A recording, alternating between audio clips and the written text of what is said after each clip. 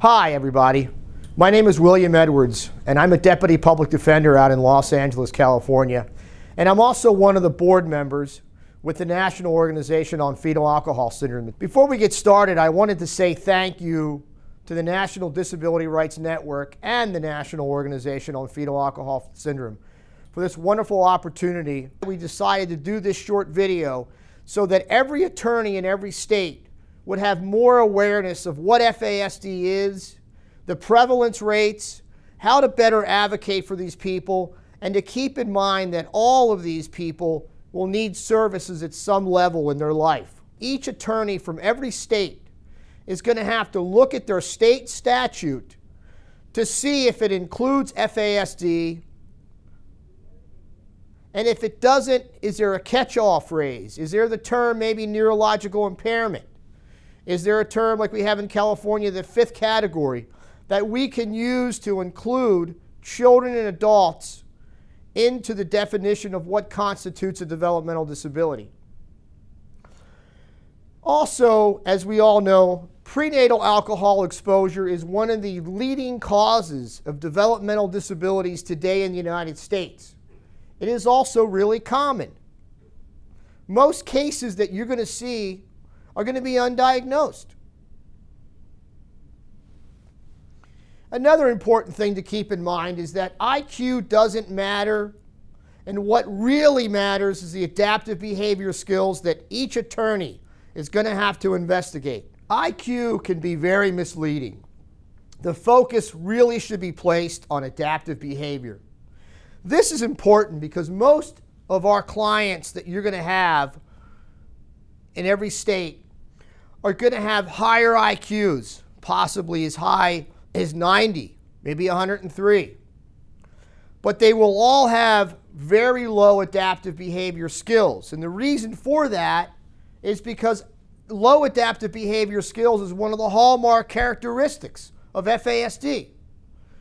People will who have FASD and who get diagnosed will have IQs that will not reflect their full range of deficits.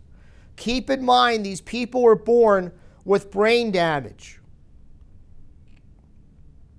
This is also another thing that I think it's important for all of us to remember is just because we get a diagnosis is not going to be a cure for these kids or these adults. FASD is not a disorder that children will outgrow once they reach adulthood. In fact, FASD actually gets worse over time. A diagnosis that you can get, whether the child is 6 years old or 27, makes a difference. But more importantly, treatment really does matter. But the earlier the diagnosis, the better. If we can get the child diagnosed and start advocating for special education services early in life, we have met our goal. And the importance of the early diagnosis is this: the sooner we get the diagnosis, the sooner it's made, then family members, social workers, teachers, and advocates just as yourself can customize a developmental disability approach and have goals to ensure that your clients with FASD will receive the right supportive services that they need in order to live in the community. The diagnosis also helps everyone understand their behaviors, because often these behaviors are often incomprehensible. These children have problems in school, and even as adults, we're going to have our clients that have a lot of problems with impulse control. So FASD is not an excuse for their behavior, but it helps to explain the reason why these children and adults are going to have so many problems as they go through life. So what a diagnosis actually provides is visibility. Remember, place more emphasis on the impairment and not the behavior.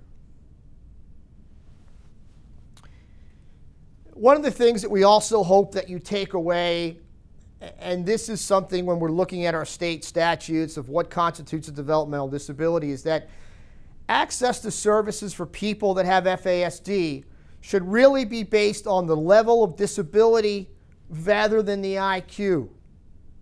Because often, if the attorney has a case and the IQ is 103, you're probably thinking, I'll never get services for this client because of the high IQ. But keep in mind that many people, especially children that have prenatal alcohol exposure, that go without ever being diagnosed, are probably as likely, or if not more likely, to need services if someone who actually has fetal alcohol syndrome. Adaptive behavior instruments that I think everyone should keep in mind when we're doing these cases, the first thing you want to do is make sure you have a good neuropsychological assessment done. Once you get that, then you will do a medical diagnosis. But the important part of the neurodevelopmental workup, as I call it, we have to focus on the adaptive behavior.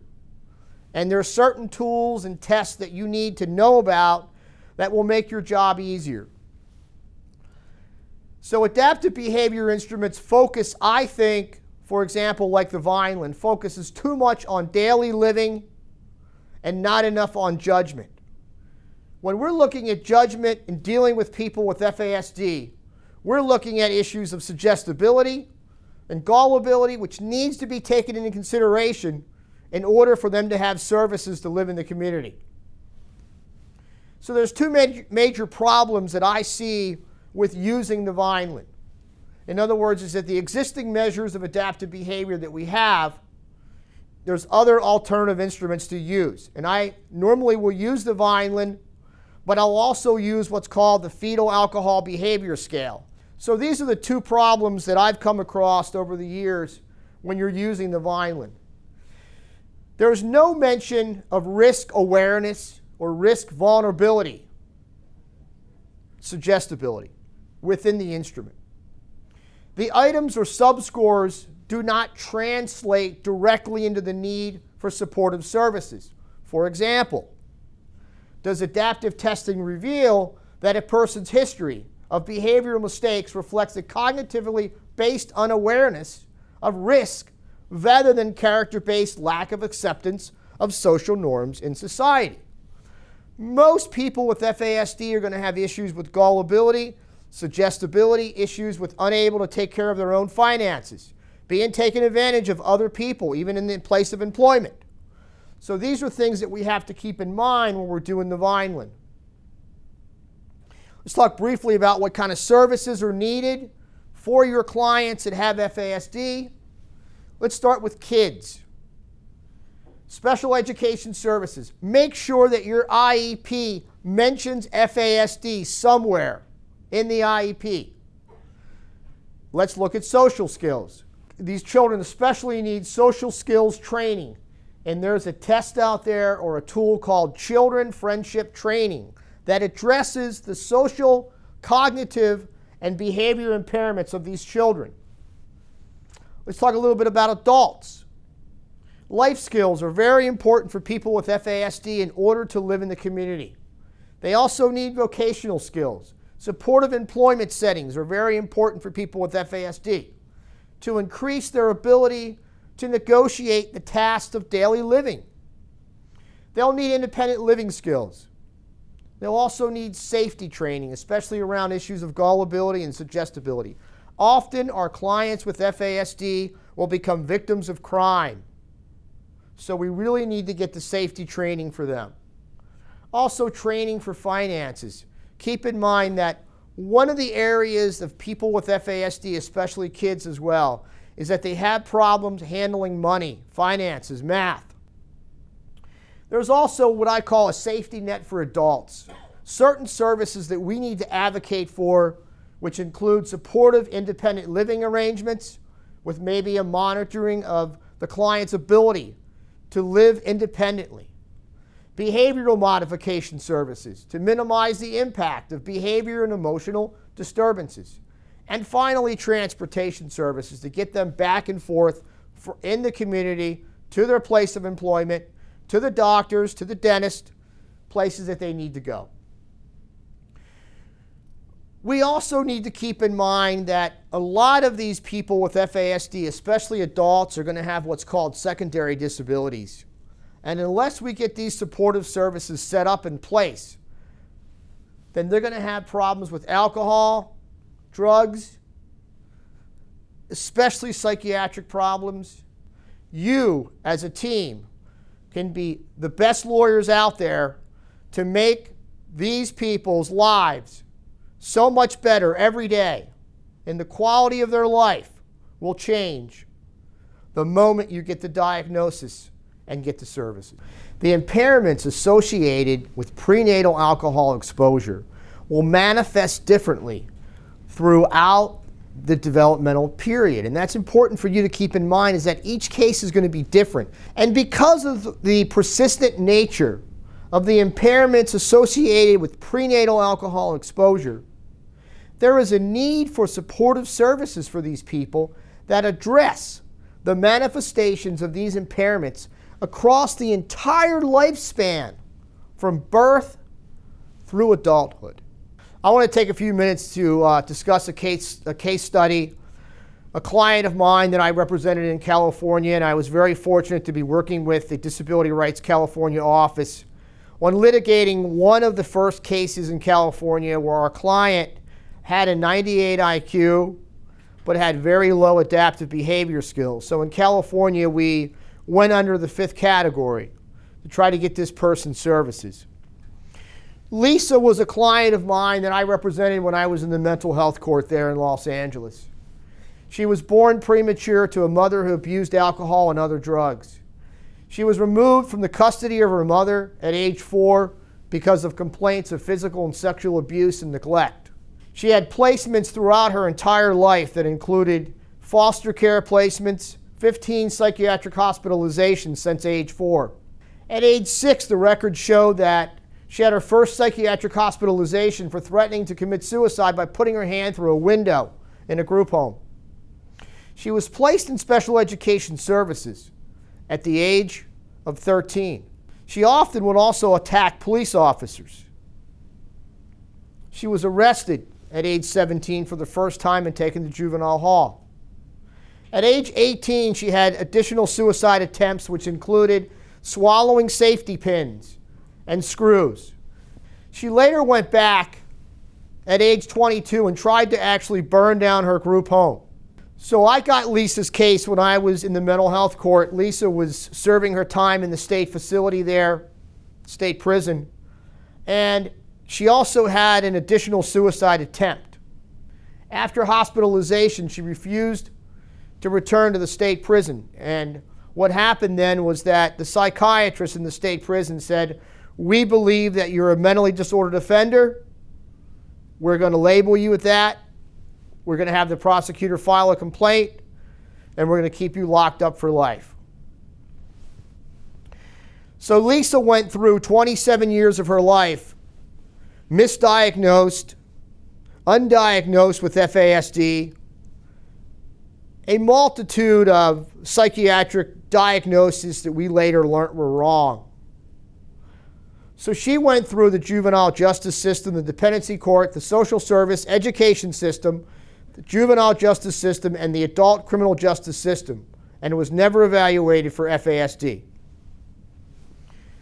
At age 28, after we got the diagnosis, the regional center turned her down for services because her IQ was so high.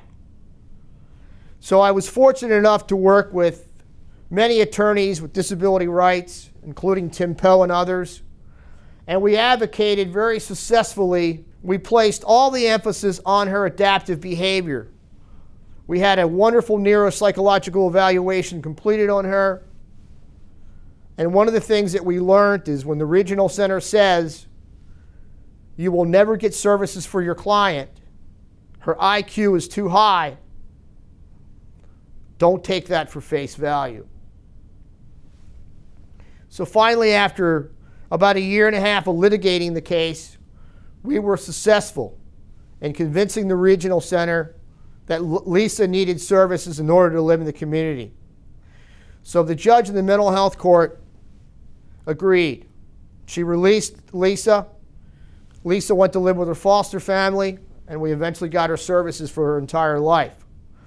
Lisa is now living in Laguna Beach, California, getting services, living in her own apartment, getting supportive services, and working in the community.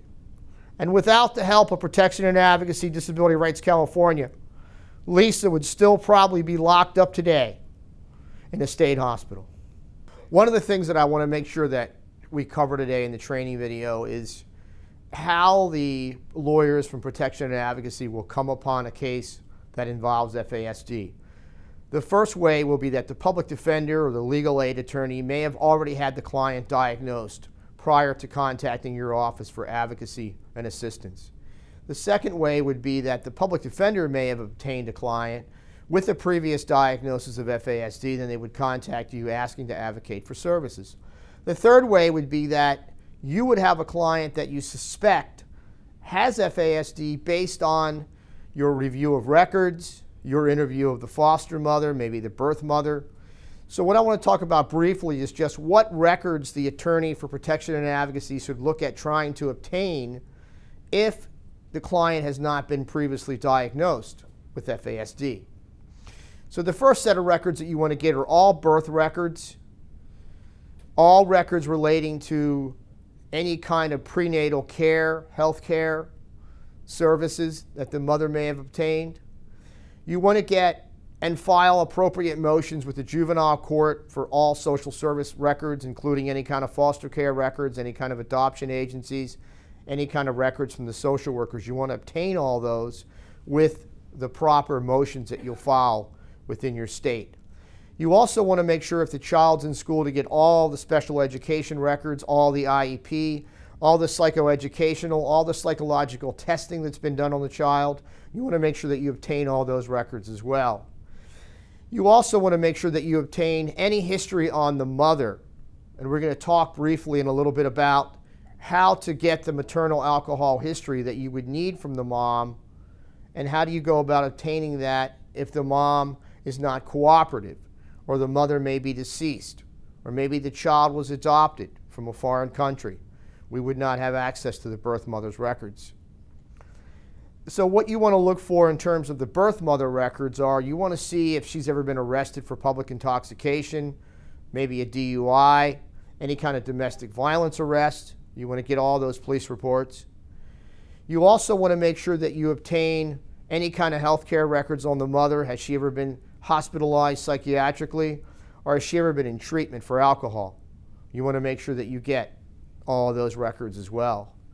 And then when you compile those records will then be used by either a social worker or all by your experts to compile both the maternal alcohol history and also give your client a life history of the problems that they've had in school. And also, finally, the records that you want to obtain on your client is, does your client have any kind of treatment records, such as psychiatric or alcohol issues that your client may be suffering with at the time. When dealing with the maternal alcohol history, beyond stigma, birth mothers may wish to conceal the prenatal alcohol exposure issue because of fear for the following issues: that their child may be taken away from protective services. There may be a criminal complaint that would be filed against the mom for drinking during pregnancy. As a result of that, a lot of birth mothers are afraid of the potential of having the parental rights terminated because of the issue of discussing their drinking during pregnancy.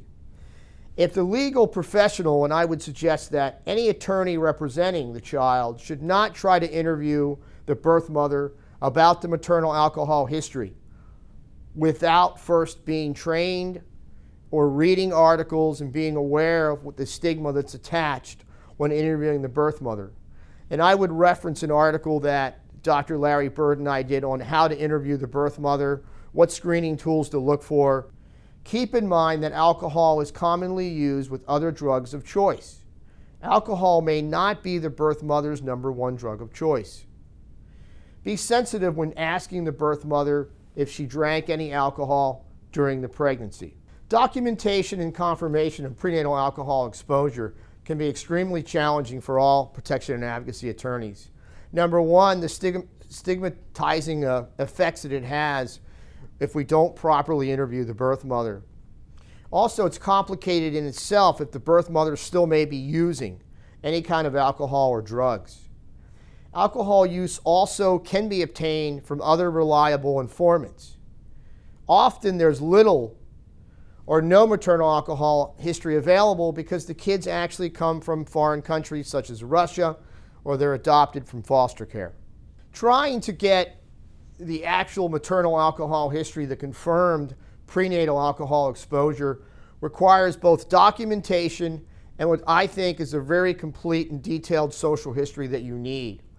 But you can obtain the maternal alcohol piece from the following: any kind of clinical observations that were made in the records that you're going to obtain on the mom. Self-reporting. The mom may have told a counselor or social worker that, yes, in the past, I have drank alcohol, or I'm drinking now. Reports from reliable informants. That could include the birth father. I had a case one time where the mother was in denial of drinking despite we had records that said that she reported to the social worker that she drank during pregnancy. So after several attempts to interview her, she says, "I'm not talking to you any longer." So we then interviewed the father who was in prison. And the father was a great reliable informant about how much alcohol mom did drink during pregnancy. Is there a previous child in the family? A big red flag. You may have a client already who's got FASD, and now you're representing the sibling. That child may have FASD as well. Any kind of maternal substance abuse. And I often start by asking or finding out, did the mother use any kind of substance abuse issues? Did she have a cocaine problem, heroin, marijuana? Then you want to go ahead and investigate the issue of did she drink during pregnancy. You also want to look at alcohol use prior to pregnancy.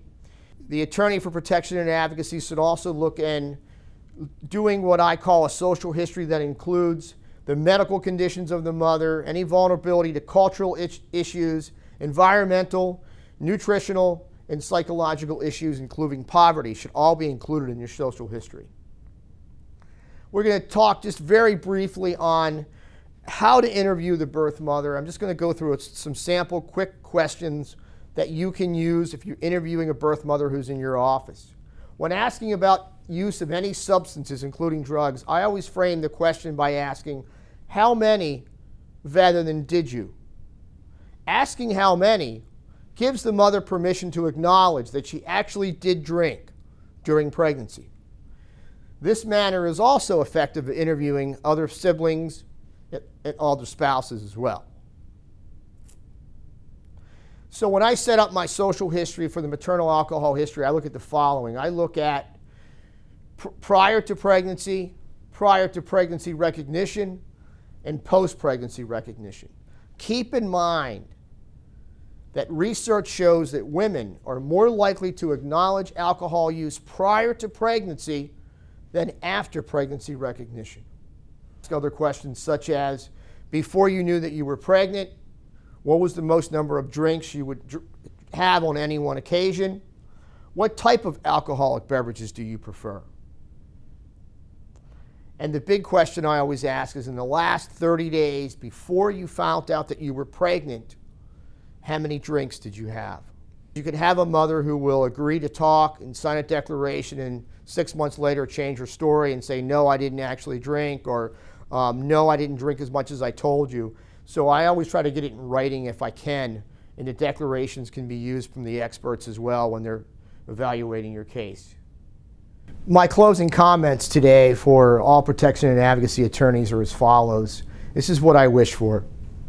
That all of your clients who come into your office receive the appropriate screening, diagnosis of FASD. They receive supportive services from the state, developmental services, SSI, or special education support from the schools. That they are raised in a loving, stable, and structured environment. That all of your clients who come into your office with FASD will be given the tools to help them develop a stronger, healthier life and someday become productive adults keep in mind, you must understand that you can make a difference in the lives of people with FASD. Getting them the diagnosis is so important, no matter how old they are.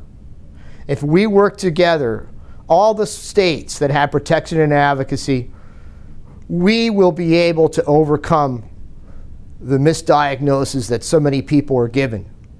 And we will be able to improve the quality of all of our clients' lives.